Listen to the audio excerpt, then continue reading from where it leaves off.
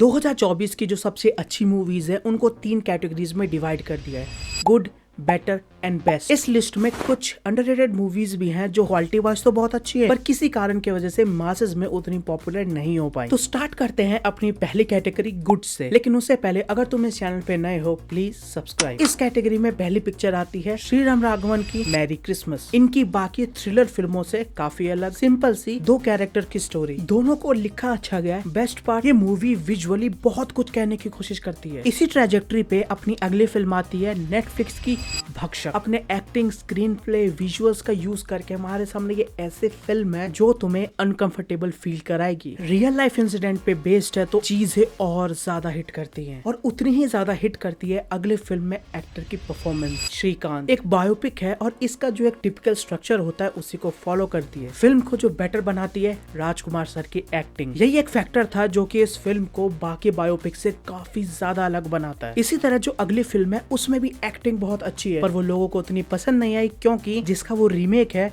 वो cult classic है। अक्षय कुमार की सरफिरा रीमेक अच्छा है, कैरेक्टर के स्ट्रगल और उसके जर्नी को अच्छे से कैप्चर करती है और इमोशन मोमेंट्स पे डिलीवर किया है। पर जो अगली फिल्म है उसमें इमोशन नहीं, फैक्ट्स मायने रखते हैं। थलवन एक इन्वेस्टिगेटिव थ्रिलर है और मुझे वो मूवीज बहुत पसंद है जो पूरे केस को सिर्फ पुलिस के पॉइंट ऑफ व्यू से दिखाती है। वेल रिटर्न है और बेस्ट पार्ट, समय के साथ जैसे कहानी अनफोल्ड होती है। इसी के साथ ये कैटेगरी यहाँ पे पूरी होती है। अब चलते हैं अपने दूसरे कैटेगरी बेटर फिल्म्स ऑफ 2024, जिसमें पहली है ward biopic of billion boys. नाम से ही अंदाजा लग जाता है कि ये फिल्म क्या है, एक नॉस्टैल्जिया राइड। छोटे बच्चे से लेके फिर स्कूल कॉलेज में जितनी मस्तियां करी हैं सब इसमें दिखाया है। और सिर्फ ऐसा नहीं है कि फन एलिमेंट्स को दिखाया है, साथ में इमोशन, एंगर, लड़ाई, जेलसी, एवरीथिंग। और अपनी अगली फिल्म ने भी सुपर हीरो जॉनरा में ये सारी चीजें करी हैं। प्रशांत वर्मा की हनुमान एक नया सुपर हीरो यूनिवर्स क्रिएट किया। कॉमेडी अच्छी है, चीजें नहीं है, बस थोड़ी टिपिकल ओरिजिन है। पर हनुमान का क्लाइमैक्स इसका पीक पॉइंट। पर अपनी जो अगली फिल्म है उसमें क्लाइमैक्स में ही बात बिगड़ती है। सिद्धार्थ मल्होत्रा की योद्धा टीजर ट्रेलर से जो एक्सपेक्टेशंस बिल्ड हुई थी फिल्म उससे अच्छी है, एक्टिंग अच्छी है, स्क्रीन प्ले कंसिस्टेंट है। मूवी में जब भी एक्शन सीक्वेंस आता है वहाँ पे टेंशन और एक सस्पेंस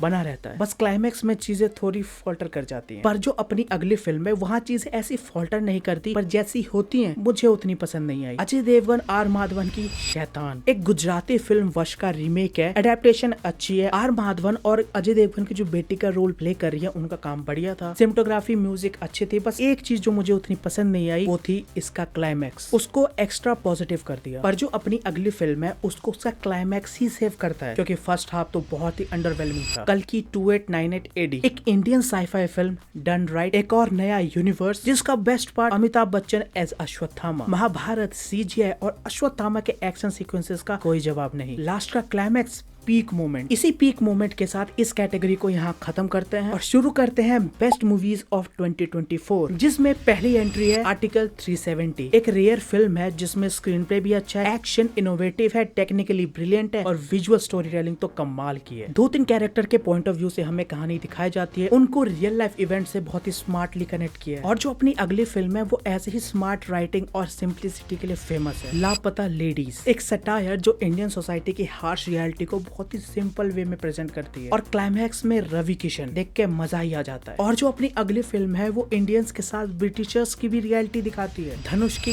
कैप्टन मिलर एक एपिक सागा, एक कैरेक्टर की कहानी जो शुरुआत में तो बहुत छोटा होता है, जो एंड तक आते आते अपनी पूरी सोसाइटी को पलट के रख देता है। सिनेमेटोग्राफी, एक्शंस अच्छे हैं, चेस सीक्वेंस बेस्ट। पर जो अपनी अगली फिल्म है वो इससे पोलर अपोजिट, एक simple comedy of errors, Madgaon express. बहुत दिनों बाद ऐसी कॉमेडी देखने को मिली जो किसी का रेफरेंस यूज नहीं कर रही, कोई डबल मीनिंग जोक नहीं मार रही, कोई पॉटी सुसु जोक नहीं कर रही। सिचुएशन नया है, उसके कैरेक्टर्स नए हैं और एक एरर की वजह से कॉमेडी क्रिएट होता है। मूवी की राइटिंग, 3 मेन कैरेक्टर्स और डायरेक्टर बेस्ट पार्ट। पर जो अपनी अगली फिल्म है उसमें ये सब है पर उसको बेस्ट बनाती है सिनेमेटोग्राफी। अजय देवगन की मैदान है तो ये एक टिपिकल बायोपिक ही, पर फुटबॉल मैचेस को यूनिक तरीके से दिखाने के लिए इसको एक स्पेशल स्टेटस मिला है। फाइनल मैच में तो कैमरा और बॉल साथ साथ मूव कर रहे थे। एक टॉप डाउन शॉट है जहाँ पे एक गोल से दूसरे गोल तक बॉल गई है, एक प्लेयर से दूसरे पे बॉल पास होती गई और फिर गोल। सेम पैटर्न को फॉलो करती है अपनी अगली फिल्म चमकीला। ये भी एक बायोपिक है एक बहुत ही कॉन्ट्रोवर्शियल फिगर के ऊपर। अमर गब्बर सिंह चमकीला। इम्तियाज अली ने इस बायोपिक को काफी यूनिक वे में प्रेजेंट किया है। दिलजीत दोसांझ और परिणीति की एक्टिंग बहुत बढ़िया थी।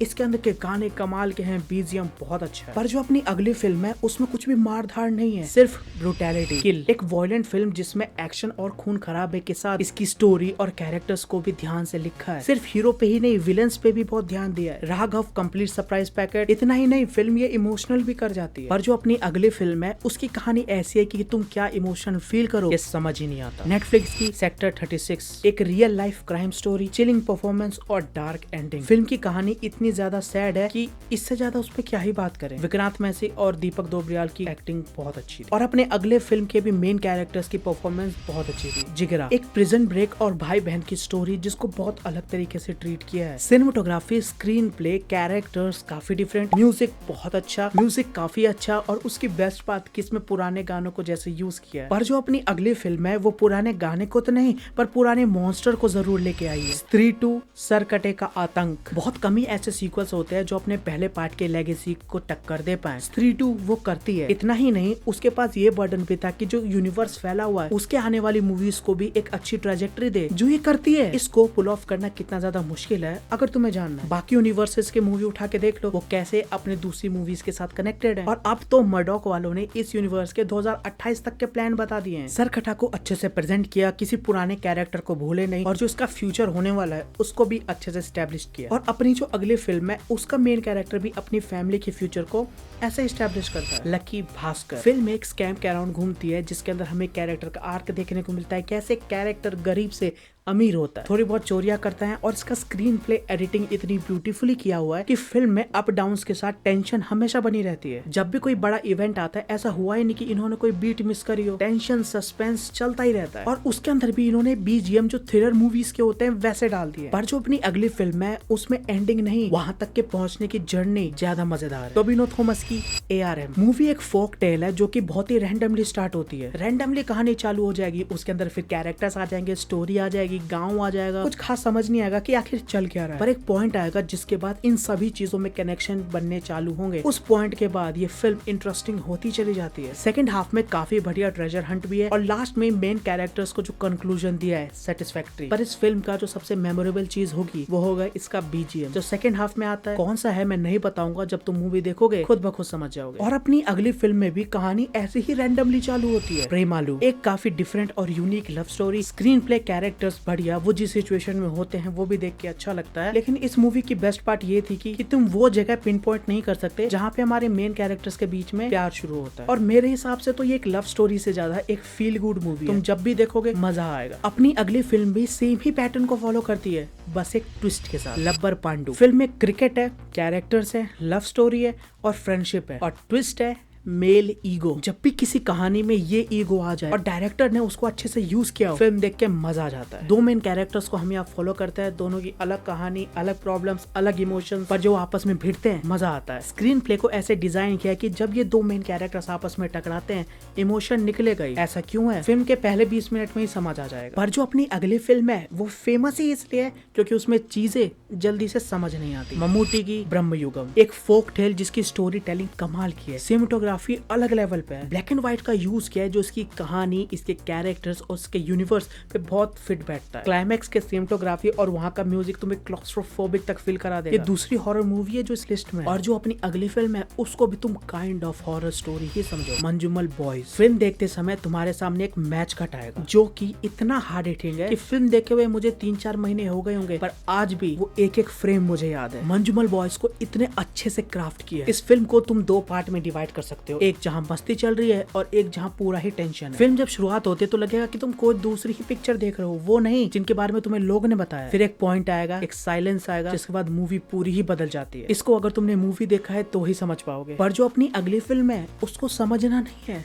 सिर्फ एंजॉय करना है। और मुझे नहीं लगता उसको कोई इंट्रोडक्शन की जरूरत है। आवेशम कोई एक प्रॉपर स्टोरी स्ट्रक्चर नहीं है, 3 लड़कों की कहानी है जिनकी लाइफ में एक तूफान आता है रंगा के नाम। ये फिल्म तुम्हें हर लेवल पे हिट करेगी। फिल्म के अंदर एक सीन है जहाँ पे हमारे मेन कैरेक्टर्स रंगा के साथ डमशराट खेल रहे हैं। उसके अंदर जो मेकर्स ने टेंशन क्रिएट करी है, बहुत सारे बिग बजट एक्शन मूवीज नहीं कर पाते। मंजूमल बॉयज के बाद जितनी भी मूवीज आएंगी वो मूवीज नहीं इमोशन है। और जो अपनी अगली फिल्म है उसकी कहानी तो बहुत सिंपल सी है, पर उसका स्क्रीन प्ले और एडिटिंग इतना मैजिकल है कि एंड तक आते आते तुम्हें बिलीव नहीं होगा कि तुमने क्या देखा। विजय सेतुपति की महाराजा एक थ्रिलर को बनाने के लिए जितनी भी टेक्निक्स होती हैं सारी यूज कर ली। ऑडियंस को कभी बोर नहीं होने दिया, ना ही कभी टाइमलाइन एक्सप्लेन किया। ऑडियंस को पूरा डिसीव करके रखा था। और सबसे अच्छी बात मुझे ये लगी कि तुम्हें पता ही नहीं चलता कि ये कब क्या और कहां प्लॉट ट्विस्ट रिवील करेंगे। और अपनी अगली फिल्म इस कैटेगरी की लास्ट, मेडियगन। मुझे पता है मैं प्रोनाउंस गलत कर रहा हूँ, पर ये वो फिल्म है। एक डायलॉग हैवी फिल्म है, दो कैरेक्टर्स को दिखाती है और इन्हीं दोनों का यूज करके इन्होंने मूवी में बहुत ही कॉम्प्लेक्स इमोशंस दिखाए हैं। फिल्म में इन दोनों के अलावा दो और कैरेक्टर्स हैं, एक साइकिल और एक बुल। उनकी अपनी एक कहानी है, अपना एक इमोशन है और उनका एक ऐसा कैरेक्टराइजेशन है। उनको लिखा इतने अच्छे से गया है कि वो पार्ट की जगह एक डिफरेंट कैरेक्टर्स नजर आते हैं। चीजें सुनने में थोड़ी अटपटी लगी होंगी, पर जब तुम मूवी देखोगे समझ जाओगे कि मैं क्या कह रहा हूँ। इसका background music out of this world. कितनी बार लूप में मैं पूरे बीजीएम को सुन चुका हूँ। इसी के लेवल पे एक और मूवी आती है वार्डी। प्रोनाउंसिएशन ऊपर नीचे होगा, जो कि मैंने रैंडमली चालू कर दी थी। It is one of the best movies of 2024। कहानी इसकी भी सिंपल सी है, इसके अंदर जो इमोशंस हैं वो भी सिंपल से हैं। और उसको इस तरीके से कंस्ट्रक्ट किया गया कि तुम फील क्या करो ये अच्छे से समझ नहीं आता। तुम्हें गुस्सा भी आएगा, रोना भी आएगा, हंसोगे भी। अल्टीमेटली जिस पॉइंट पे खत्म होती है, you don't know how to react. जब तुम ये मूवी देखोगे कि समझ जाओगे कि एक स्टोरी को प्रेजेंट करने के कितने डिफरेंट तरीके हो सकते हैं। जब फिल्म खत्म हुई मैंने रियलाइज करा कहानी बहुत सिंपल सी है, इसमें ज्यादा ऊपर नीचे करने की कुछ जरूरत नहीं थी। इसके डायरेक्टर ने जो रूट चूज किया, भाई सलाम है आपको। तो इसी नोट के साथ होती है लिस्ट खत्म। अगर मुझसे कोई मूवी मिस हो गई हो तो नीचे कमेंट कर देना। 2024 की तुम्हारी कौन सी फेवरेट मूवीज हैं उनको भी कमेंट में जरूर बताना। And subscribe